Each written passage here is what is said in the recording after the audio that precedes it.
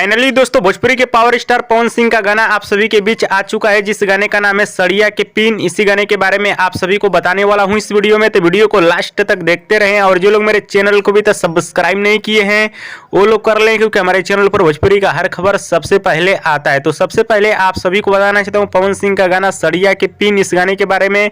सड़िया के पिन इस गाने को लिखे हैं आशुतोष तिवारी, गाने में संगीत दिए हैं प्रियांशु सिंह, गाने को गाए हैं अपने मधुर आवाज में भोजपुरी के पावर स्टार पवन सिंह और शिल्पी राज ने। बताया जा रहा है कि भोजपुरी के पावर स्टार पवन सिंह और शिल्पी राज का यह गाना बहुत ही बवाल और धाकड़ होने वाला है, जो कि आप सभी को यह गाना बहुत ज्यादा पसंद आने वाला है, क्योंकि इस गाने को लिखे हैं आशुतोष तिवारी, गाने में संगीत दिए हैं प्रियांशु सिंह।